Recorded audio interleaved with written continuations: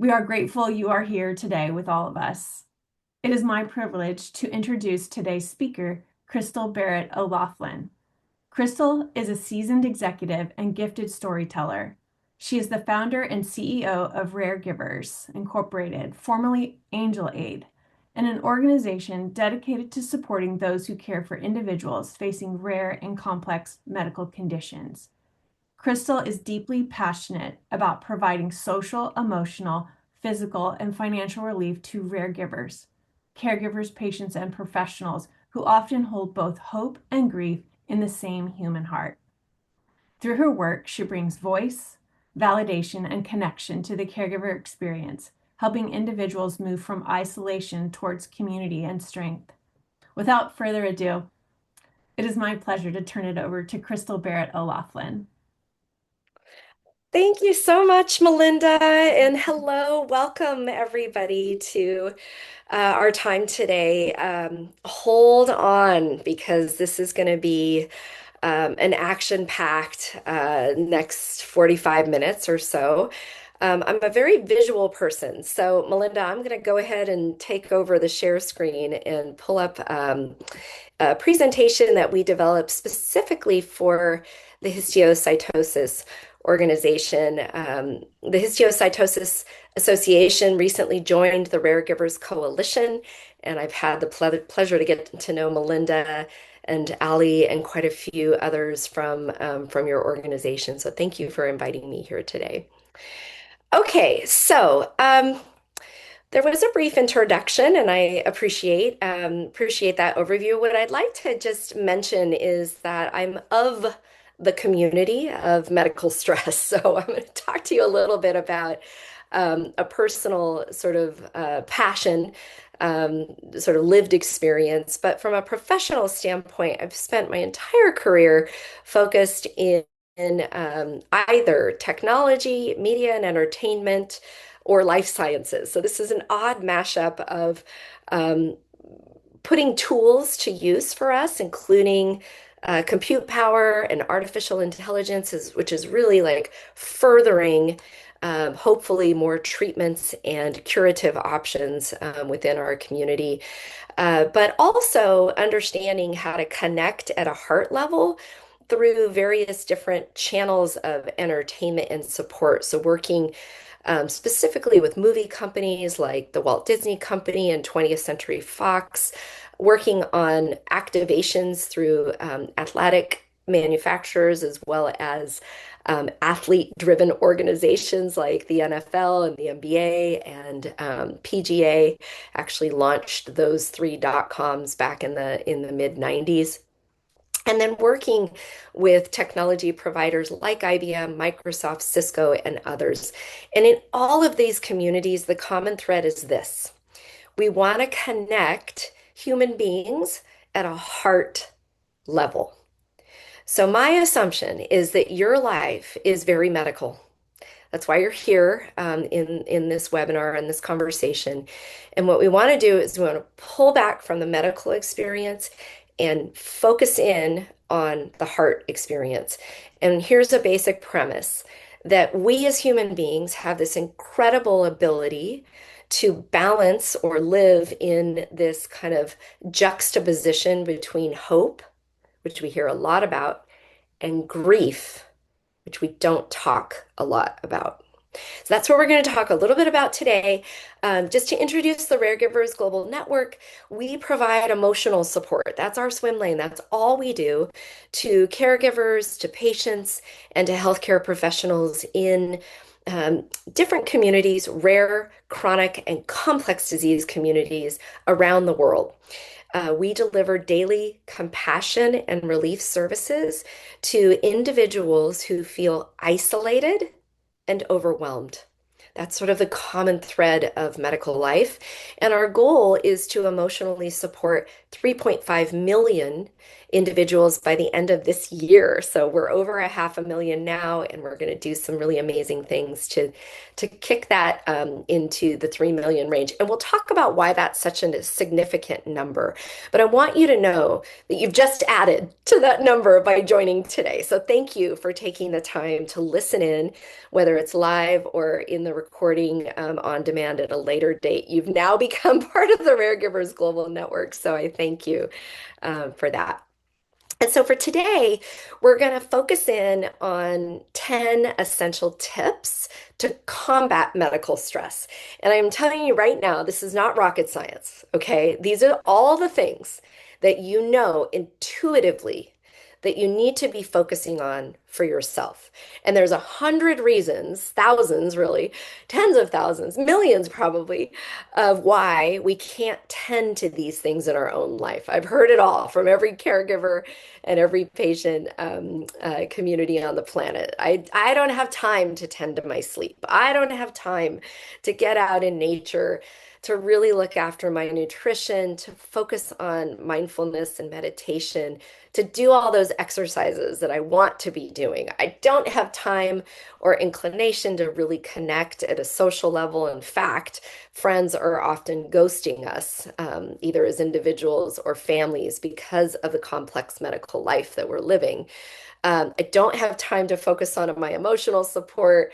Definitely don't have time for counseling or therapy and self-care. What are you talking about? And really, at the end of the day, there are so many resources, it's hard to know where to go, right? So this is what we hear all the time. I'm going to focus in four different areas there in bold: nature, mindfulness, social connection, and self-care, because there is another set of resources coming up. And there's another webinar in the series that kind of goes a little deeper in some of these areas. But what I am going to focus on is the science of stress.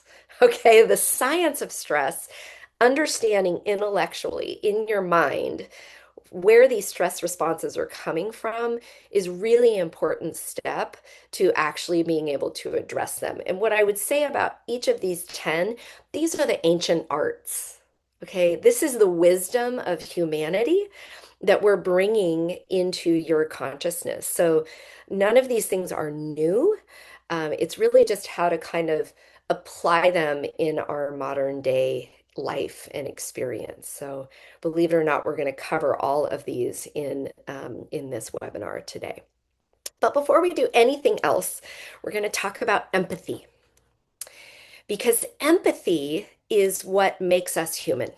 That's what differentiates us on the planet from any other type of live living organism, right? Is our ability to relate very deeply, intellectually, and at a heart level and an energetic level with each other.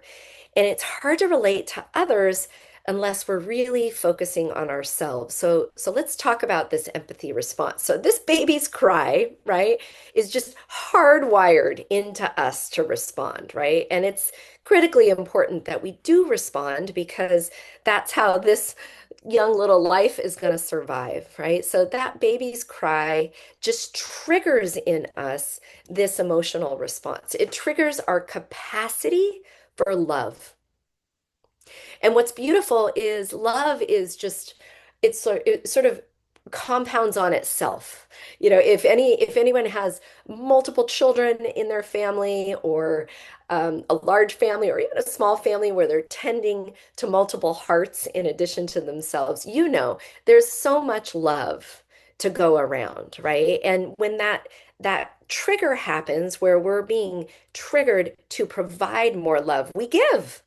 That's what we do. We're human beings. That's our nature, is to give and to give and to give. And what often happens is we give so much that we start moving into an area of depletion. And so we've got to be really careful about that, because we can give so much of ourselves that it becomes a harmful response. And so we'll talk about that. But empathy, this ability to be there for someone else, is what makes us human.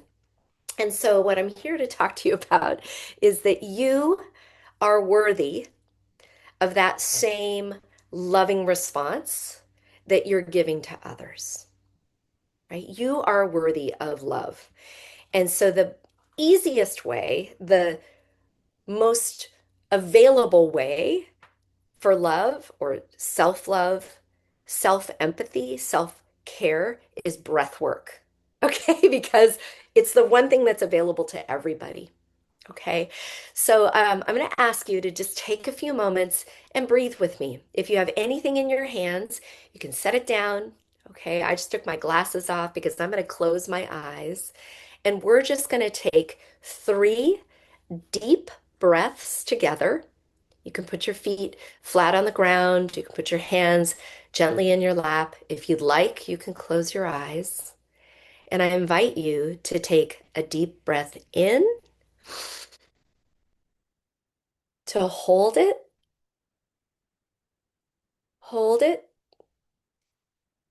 and release. And a second deep breath in, hold it, hold, and release.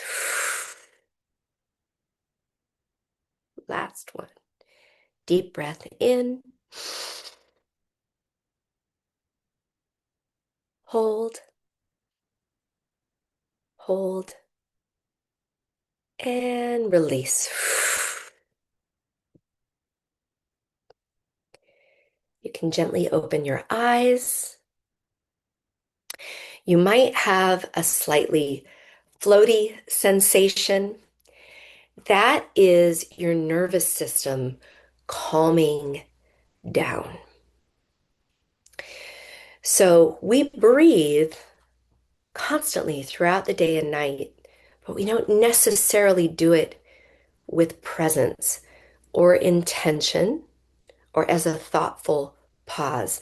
And that's the number one thing that you can do within your own life, particularly during transition, whether that's a transition from work life into home life, coming in from the car into the house, transitioning into a medical appointment, sitting in a waiting room. Breath is available anytime, day or night, for you, and it's your hijack into healing yourself before you then reach out to others. So we've heard that analogy quite a few times. Okay, so why is that so important? So breath work is just critical. It's it's foundational. You felt that calming moment. So even in the deepest crisis or in a practice of wellness, breath is available to you to bring you to center. And I did that at the beginning of this session because everybody's coming in to this conversation, into this webinar from different places, right? And so I just want to get everybody grounded into this moment because life happens and it has this just very predictable way of happening in unexpected ways. And that is what happened in the Barrett family. So I will say that my parents, Richard and Phyllis, they are just the strongest people I know. They met in high school. My father was captain of the football team. My mother was head drill team leader, and they just fell fast in love and wanted a basketball team of kids. They got married in 1963, and within 8 years, they had 5 children. So this is me as the youngest, and then my 4 older brothers, Adam, Jared, Randy, and David. What my parents did not know is that a rare genetic disease ran as a recessive gene in my mother. And so mucopolysaccharidosis as a name, as a diagnosis, came into our life as a family, actually after the birth of my mother and father's 4th son. So after Randy was born, but just prior to me being born. And life was medical. Our entire family was wrapped up in the care of David, Jared, and Randy. Um, my brothers did pass away in the 1980s. They were 12, 18, and 19 years old. So you can really imagine what that care experience was like, not only for me as the youngest, as a sibling caregiver, but also for my brother, who was the oldest, who did not have the disease, Adam, as an adult caregiver, and then certainly as my parents, Richard and Phyllis. And I will say that the stress of the caregiving broke our whole family apart. My parents divorced in 1975 because they just didn't have the skills. They didn't have the skills to talk to each other about the feelings that they had. And the internet didn't exist, and there weren't communities like the Histiocytosis Association. And this was all very isolating and very difficult. So, if you stick to the end of the webinar, I will give you a Hollywood ending like you could never believe. But in the meantime, just know that these were difficult times and they really shaped our family in very profound ways and me as an individual. So I've spent a lifetime really studying suffering, really trying to make sense and understand um, at an existential basis and also just an individual basis, and in working with communities of people that have suffered and are suffering. And I will say that this is my end, this is my net. The purpose of suffering, the purpose is to sow the seeds of empathy. That actually every moment of difficulty that you've been through makes you more empathetic and available potentially to others who have gone through difficult experiences. Now, whether that means that you are physically available to them or emotionally available is a different question.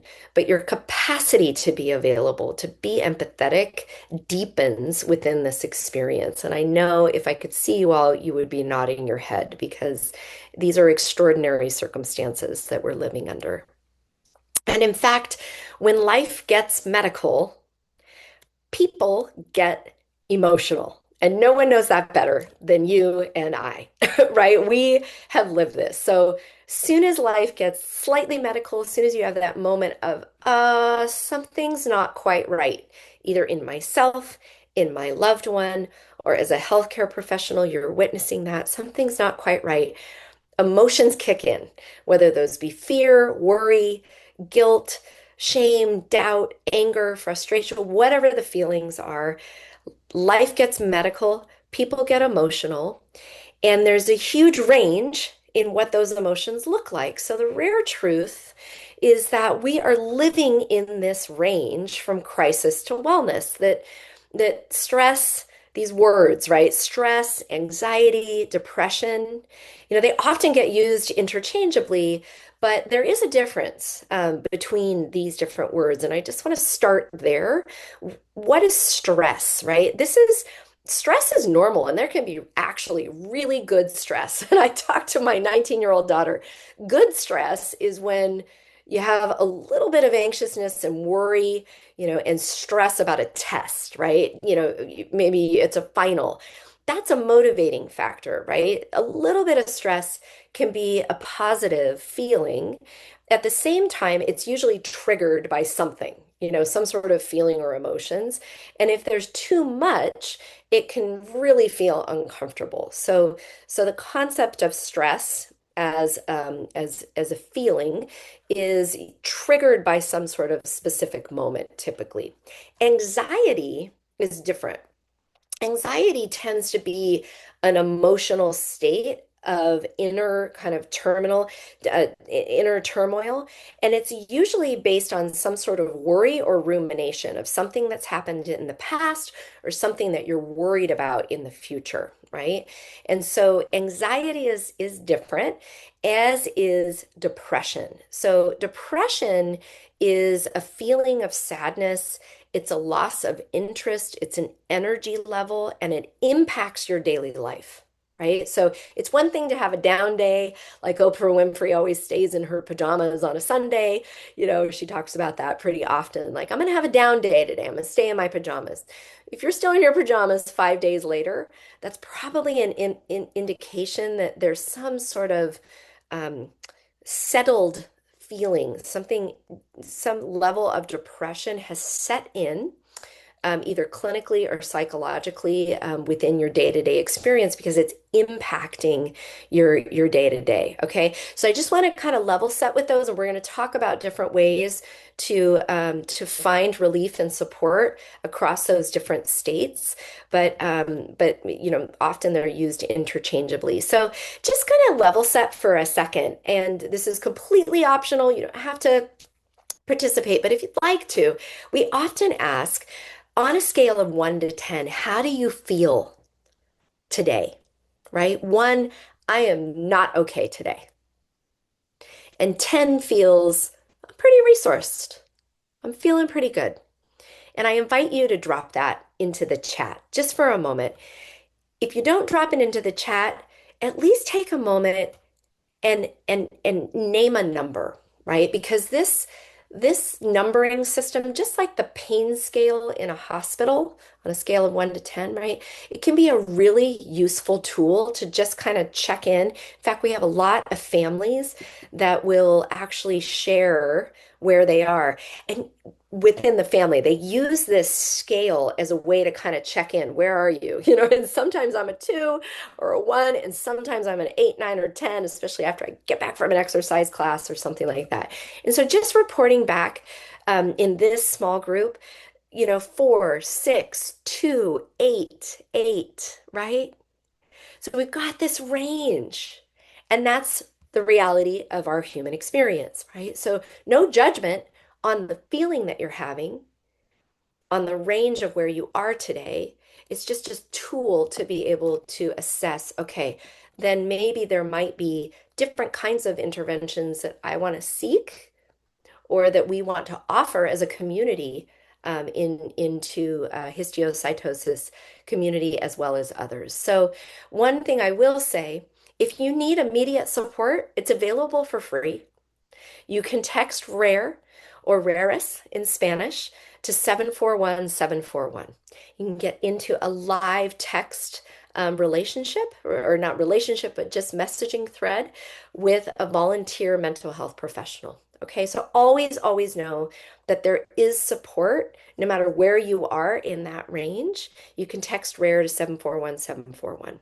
We're actually rolling that out around the world with our partner Crisis Text Line. Okay, and then from your community is a really deep story. And we debuted this earlier this year as part of an awareness event that we ran at the Rivian Theater, Rivian Electric Automobiles Theater here in Southern California. We call this the Rare Truth because it's from your community. I thought I would like to play it, and I would just like to give a shout out to Melinda, to Allie, and to all the others who were willing to share their rare truth during one of our leadership training retreats. And this particular rare truth we profiled in our video. Oh, the rare truth. Mm. The rare truth is that we need to be more okay to say it's okay to not be okay. Um, gosh.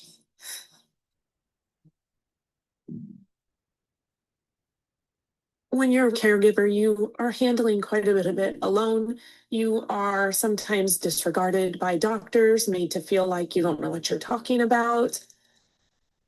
It's very isolating. You try to keep it together. You don't show emotion. You just kind of pack the punches and you keep going because this little life depends on you. You don't have a chance to take a breath. You can't afford to break down or to get upset or to give up. But I think through the process, it's okay to say, I'm not okay. I need some support. I need to take 10 minutes for myself just to go and clear my head and take a walk and then to mentally reset.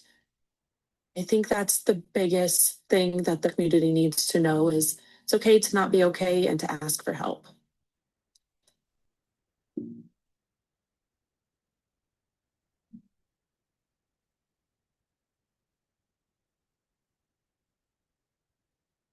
Wonderful. And thank you to all of us films for doing the edit on that beautiful film, and Havas Health for helping us develop the Rare Truth campaign. So, the Rare Truth. These are heavy subjects, right? Caregivers, patients, and healthcare professionals, really all those wrapped up in this medical experience, often suffer from what we call CTSD. You may have heard of PTSD, post-traumatic stress disorder. It's a response to something that's happened in the past. But really, our community is living what we call chronic traumatic stress. This is an ongoing experience. For some, it can be days, months, years, decades. So our response to that stress is different. It's different than a PTSD approach. It's really based on how to manage that calibration throughout every single day. And since there's no time, we have to do that really in micro moments of every day. So just want to kind of, for those that like to see things in graphic form, so I'm trying to appeal to really everybody here, left brain and right brain thinkers. It's kind of the left brain approach. On the red, what you see is what most people experience as a stressful event, whatever that stressful event is. You're in balance, the stressful event happens, and so everything kicks up, your cortisol kicks up, your stress response, your heart may beat, and you're in this stress response that's very acute and heavy. But then the stressful event ends and you calibrate back to normal until the next stressful event, right? So it's very much an up and down cycle. With chronic stress, and the chronic stress of caregiving as a specific example, is there's sort of the before becoming a caregiver or before life got medical. And then now you're sort of buzzing in this upper layer, right? This is an ongoing stress response. And it's based on anticipation and rumination, right? And so we want to interrupt that anticipation and rumination cycle so that we can get ourselves at least into some sort of calming state for moments at a time throughout every day, right? So that's the nirvana. It's not a perfect calibration. It's just constantly learning habitually how to bring that stress response down in a life that can be very triggering. If you want to go deep into the science, the book is called The Telomere Effect. This is Pulitzer Prize winning science that actually talks about telomeres as these little glow sticks on your DNA, and that they are shining bright when you're first born, and when they dim to dark, that is the end of your life. And chronic stress has this impact on your glow sticks, your telomeres, to dim your telomeres. But through those 10 ancient arts that we talked about, you can actually replenish your telomeres and they'll glow brighter again. So if you like visualizations, we're here to help you get your glow sticks glowing bright again, your telomeres. And we do that through different kinds of support. So this article in Psychology Today actually talks about the word support, because a lot of times we receive support, informational support, education about a specific disease or medical condition, or referrals to medical care, and those are really important moments. That's the triage list of things that we are urgent and that we have to address. And then there's tangible things like childcare or caregiver care or respite care or help with daily living tasks, right? So informational support and tangible support are really important, but they don't necessarily like bring us up for that breath. They don't get us to the surface of what we're looking for, which is emotional relief. So the way that we get kind of up above the waterline here is having your feelings recognized and validated, and doing that in companionship. So, engaging with others, not engaging with others to learn about how to be a better caregiver or how to be a better patient or professional, but be in companionship and have this feeling of emotional witnessing and belonging. Right? So, emotional support and companionship are actually rated on a higher scale than even informational support and tangible support because sometimes the information and support that we receive can be emotionally triggering, right? So, we want to make sure that we are understanding our emotions and that we're doing that in community, even if it's community with yourself, with one other person, or within a larger community of a family unit, or it could be some sort of peer-to-peer community or social community. Lots of ways to build community, and we'll talk about that. Okay, so we're not solving anything on the scientific side, right? We're not actually addressing the disease or the medical condition. We are delivering emotional relief, and we can do that today. We don't need to wait for AI or science or FDA or any other approval processes. We can bring emotional relief into the experience today. And in fact, I'm so pleased to report that we've been delivering emotional impact for over 25 years now. We have just over 500,000 individuals in our community across 38 countries. We've translated our support materials into 15 languages. We've worked with countless professionals, both in hospital environments, in mental health communities like NAMI and Mental Health America and Eurordis, over in Europe, and others in India and Latin America and Asia Pacific regions. So we've provided over 1.5 million hours, actually 1.6 million hours of emotional relief. So it can be done, and you're a big part of that, right? So we've now just added all the individuals watching here to that number in an hour, right? So in 1 hour, you're feeling the effects of understanding your emotions and also learning some habitual tips and tools for how to bring emotional relief into your own life. Okay. So I can't go through every element of this journey map, but this is the key.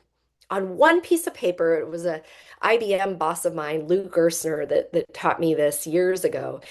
If you want to have a global strategy and you want to bring any sort of messaging into a global community, you need to be able to do it on one single piece of paper because you have to translate it. So we've actually translated this very pretty picture, Raregivers Emotional Journey Map, into 15 languages.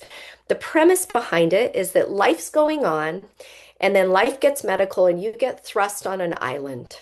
You don't have a map. There are different stages that you may go through in this medical experience. They are not linear.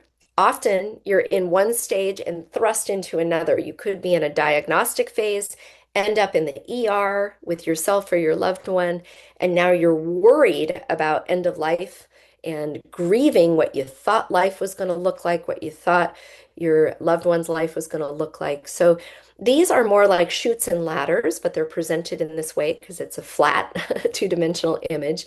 And the way off the island are these ancient arts over to the right. Okay. And all those logos along the bottom, including Histiocytosis Association, are partners that have paid to develop this tool set, right? So even though it's presented very Disney-esque, and that's sort of for a purpose, we are developing interactive experiences. We'll be developing entertainment-oriented experiences to explore these different stages. But we do have a guidebook, and the journey map and the guidebook are both available for download from the Raregivers.global language. Raregivers.global website, and we are launching downloadable versions in different languages. We do have Spanish available, and then we'll be releasing these other languages very soon. And very huge shout out to Microsoft for helping us. So just quickly, top of line, these are cycles of hope and grief. And it's not just a single individual that's involved, right? So often the focus is on the patient, but there are concentric circles of support around that patient individual including 3 family caregivers and often 5 or more healthcare providers. So everybody's on this journey together, and we notice that something isn't quite right, and automatically life suddenly gets very healthcare oriented. We get exposed to a bureaucracy we've never experienced before. There's lack of information, and there's a whole lot of feelings that come up, often really uncomfortable feelings, fear, anxiety, shame. And we're put in this, whether these are sensical feelings or nonsensical feelings, these are the words that come up for the community in this stage, right? And we're often thrust into a position of being a savior for ourself or someone else. The second stage is adjusting with or without a diagnosis. And this has to do with symptom management, lack of the realization that there's lack of treatment options, complex care coordination. So grateful to organizations like Histiocytosis Association that helps our families navigate through these experiences because the feelings are overwhelming, they're exhausting. You're thrust into a hero role that you didn't really see hitting your lifetime. And that cycle can go on for many, often 5, 6, 7 years to get to an accurate diagnosis, often misdiagnosed multiple times. In fact, the research says up to 3 times. While this diagnostic odyssey, as many call it, is happening, or if even if you've received a diagnosis, there's the realities of shifting responsibilities. So what we call role strain and identity change. And that may be welcome or not welcome. In fact, there may be a huge amount of resistance to these roles and often put into a position of being the expert. And that can just that bring up such heavy emotions. The full-time care can have huge impacts on careers, and the feelings of isolation and insecurity often intensify. The realities of end of life, or even the feelings of grief, those stages of grief, denial, anger, bargaining, depression, acceptance, these stages can kick in at any point in the cycles. So, our final stage is called finding meaning. It can happen at any point in your experience, your medical experience, and it really has to do with reflection and an understanding, a deep understanding of what is happening in your life. And for many, that often means giving back into the communities or giving back to themselves, right? Claiming those micro moments for self-care. So I want to get into those because we're want to keep us, very focused on time here. So nature, mindfulness, social connection, and self-care skills building. Again, we're not here to fix, we're here to emotionally witness. And so you can witness yourself, you can reflect to yourself in nature. Getting out in nature is the hijack into really tapping into the sensations within your body and really sustainably developing a practice of reflection and meditation and mindfulness. Okay. And so I'm going to do a quick meditation for you around um, nature. So I'm going to invite you to take everything out of your hands, put your feet flat on the floor. You can close your eyes if you'd like. And I'm going to ask you to walk down a path.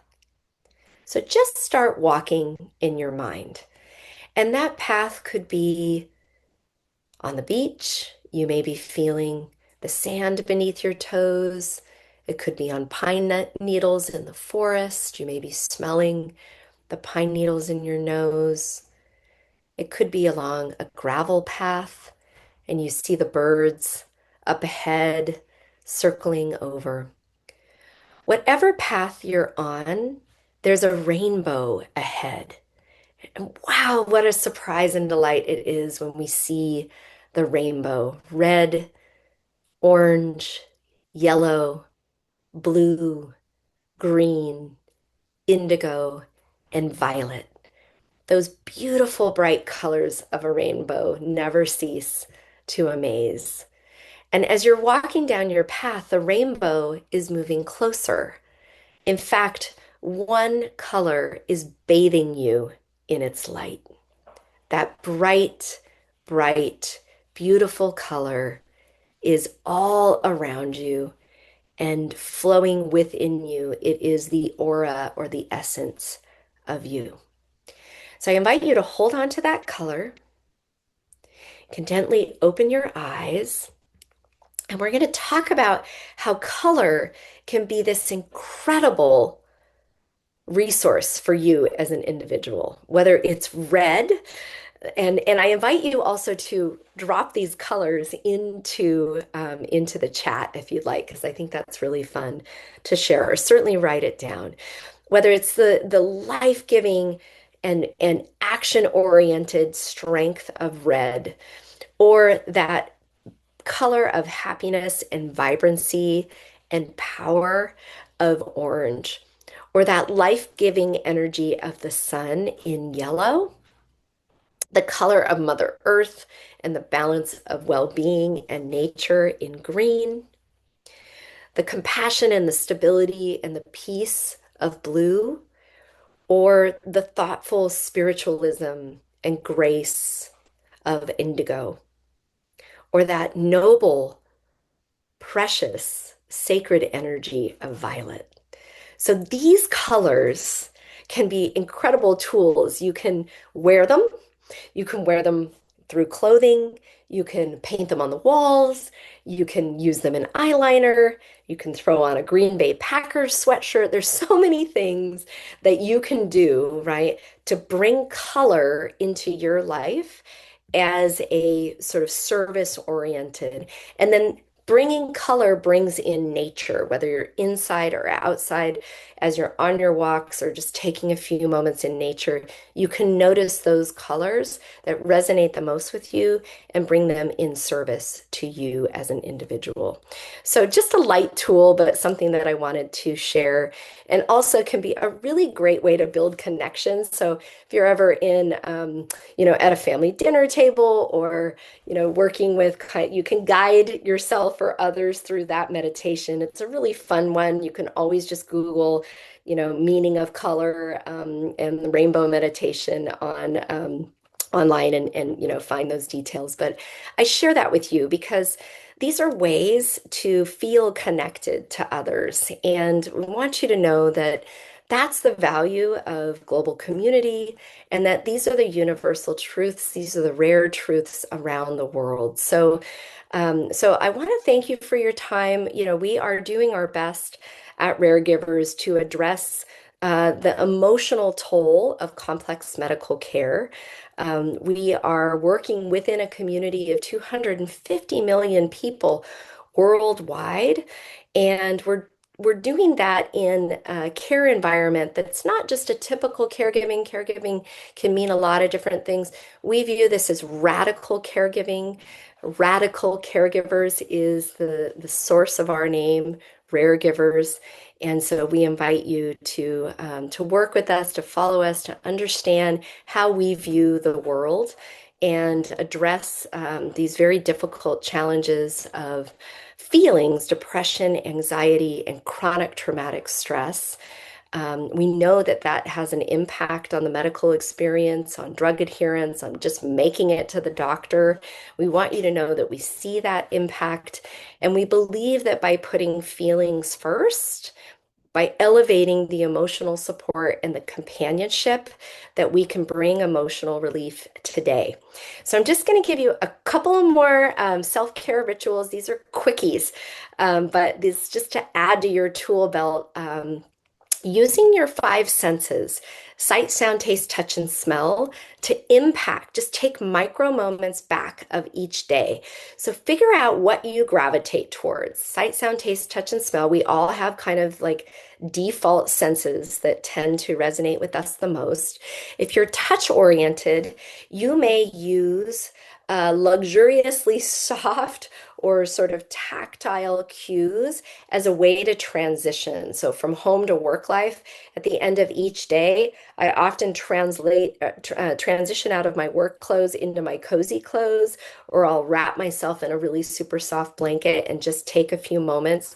That's how my family knows, okay, Crystal, the worker, is, in a pause, and now Crystal, the mom, is available to engage. Taste can be another really powerful tool.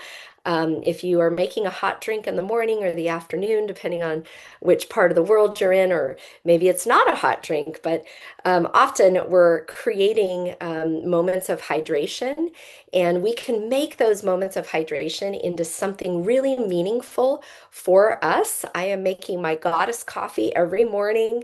And I'm serving it up in my Wonder Woman cup. So adding, some herbs and flowers and taking a few deep breaths as I'm waiting for that coffee to percolate. So that's what I mean by stealing back moments that are already in your daily ritual, and flipping those moments into moments of self-care. Guided meditations like the ones I just walked you through are available, whether those are breath work meditations or the rainbow meditations, or our own Padma Gordon, who is very well known on Insight Timer, which is a meditation app. There's others, Insight Timer, Headspace, Calm. So you can pull those in on your mobile phone, or really write your own, and just repeat those as mantras day to day. So, or using music or other forms of audio as a way to trigger that calming response. For some people, like my husband, it's all about smell, right? And so we've heard from many in our community that using essential oils as a way to kind of like turn a diffuser on during that, crazy 3 to 5 p.m. hour when kids are coming home from school, or we're making transitions from home into work life, making those activating smell. And even if you don't have a diffuser, you can pull an orange peel or a lemon peel and twist it and rub that on a pulse point and maybe your wrist, and just take a deep breath. Wow, that can just change your whole mindset for a moment. And that's what we're talking about, is micro moments, but hijacking your way into those. As you know, my alter ego is Wonder Woman. So, having gold bangles on and using sight. And we have a process of, using symbols. In my case, I love using jewelry as a way to remember that I'm armed with love, and that there are so many individual hearts available to connect with, and so many resources and habits and pathways for me to bring emotional relief into my life. So those are the 10 essential tips. Sleep, nature, nutrition, mindfulness, physical activity, social connection, emotional support, counseling and therapy, crisis text line, self-care, skills building, and engaging with community resources like you already have in this webinar and others. Just reminding you that you can text RARE or RARIS to 741-741 if you need immediate crisis support. I'm so grateful to you for taking your time to talk through these ideas and to learn, and open up your heart to how these can be available in your own life. And I promised you a Hollywood ending, so I just want you to know that my personal journey started with Richard and Phyllis. They married in 1963. They divorced in 1975 because of the stress of caregiving. They each remarried 2 more times, and widowed the third time, widowed within a year of each other, the same year that my daughter Chloe was born. And my parents actually reunited. They were together for 18 years, and then they remarried in 2023. If you want to watch that story on YouTube, it's under Grin and Barrett, a rare family love story. I'd like to thank you for your time today and let you know that we are available as a resource with the Histiocytosis Association. And we do have a few moments available for Q&A. So I'm going to stop sharing and just come back on to our webinar and see if there may be any questions available. Thank you so much, Crystal, for that powerful conversation. We'll go ahead and move into the Q&A part and portion of the webinar. We have a few minutes left. You can pop your questions into the Q&A first.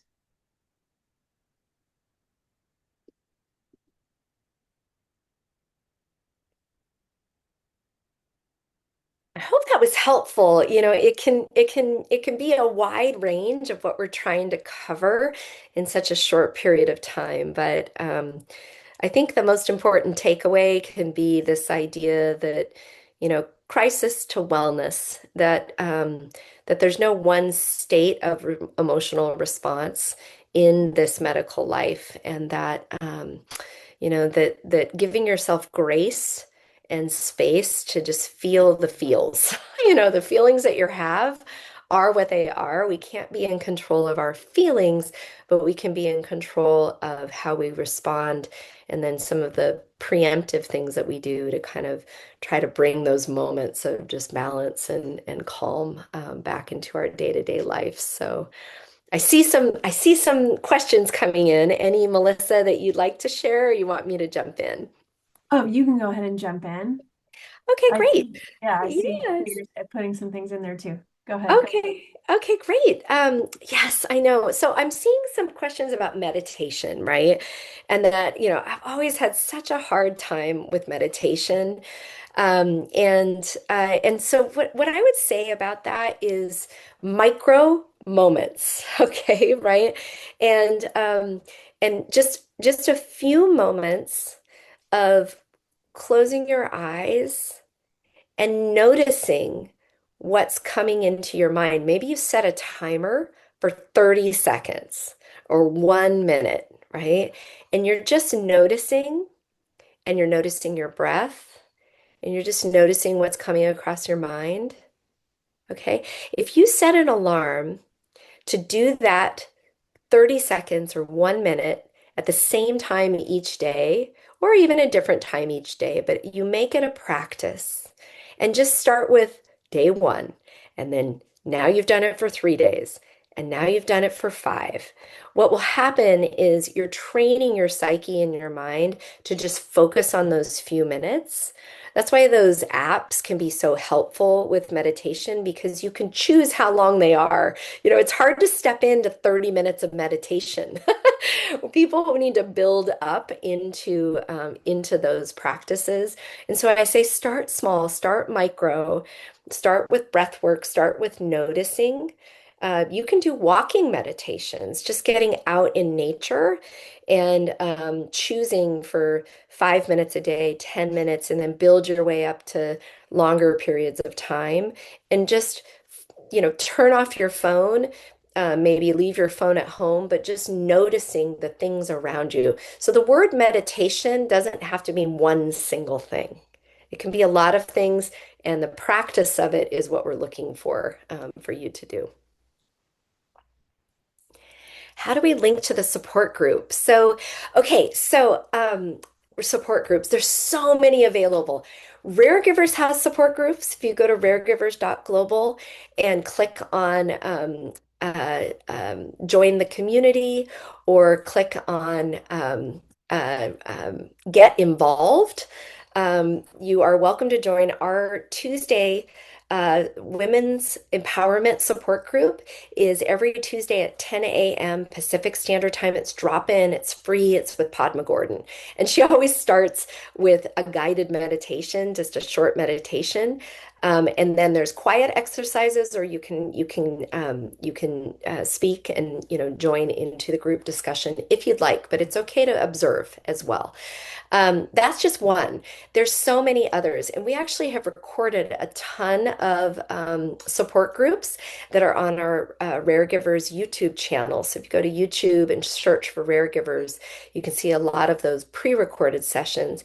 And then certainly Histiocytosis Association has support groups. We have a very wide network of partners that are also disease agnostic partners, organizations like We Are Brave Together that do weekly, monthly support groups, both virtual and in person, but also wellness retreats around the world and around the country, across the country.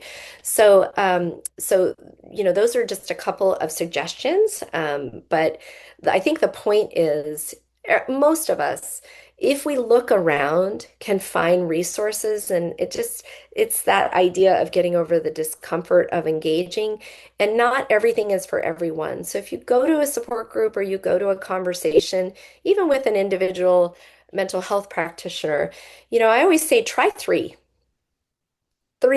different resources, and you will settle on one. It's rare that you just come in and it's one and done. So try three.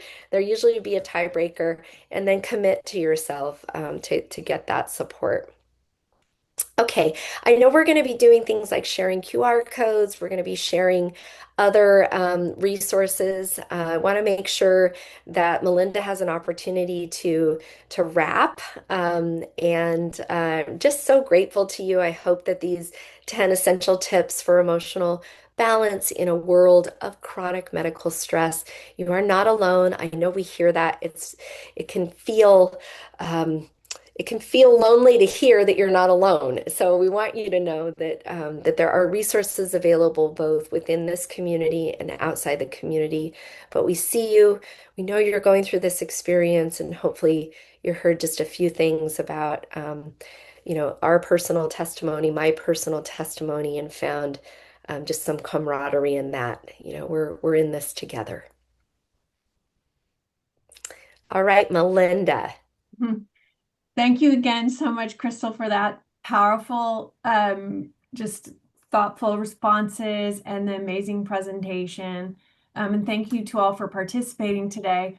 This webinar was full of information and tips, and you may still have questions that maybe are unanswered or you're thinking about, but we invite you to reach out following the webinar for sure.